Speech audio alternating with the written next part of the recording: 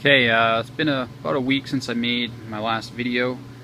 This is just an update for my 98 Mustang Cobra Procharged build. So since the last video, I basically have completed pulling out the front struts, springs, basically disconnecting everything that is connected to the K-member. Disconnected the tie rods there, the sway bar end links, disconnected the steering rack. I don't know how well you can see that, but I basically disconnected the steering rack that runs along there, and I've zip tied it to the front sway bar. So that's just going to hang there, and we're going to drop the K-member right over here. So the steering rack is right out of the way. Now there's only let's see, 2 bolts there. One on this side, one on that side, that held the steering rack in place, and then of course that is the steering shaft. There's like 1 bolt there, and that basically disconnected up there somewhere. I don't know how well you can see that, but the steering shaft basically goes through the firewall up there, comes down here, and connects into the steering rack right there.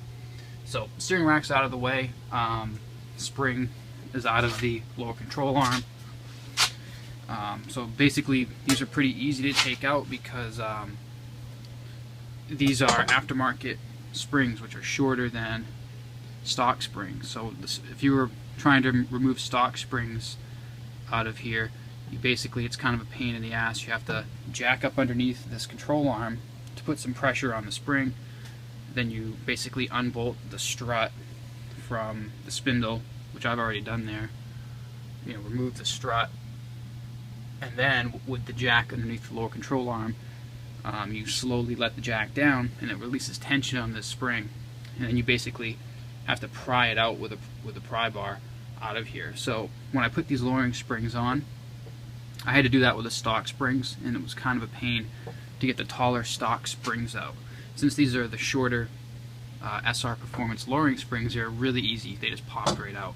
As soon as I let the jack, as soon as I took the jack out from underneath the control arm, this control arm just pretty much sagged where it is right now, and I popped the spring right out. So if you're running lowering springs, it's going to be a lot easier to take them out. Those are the front struts there. So basically the next step is to actually unbolt the K-member, and that's what I'm going to do now. And I'm going to make another video update here once the K-member is unbolted and being lowered out of the car. So you can see over here, same thing. Everything's disconnected. So the K-member, for those of you who don't know, it's basically this, I don't know what to call it. It's this thing right here.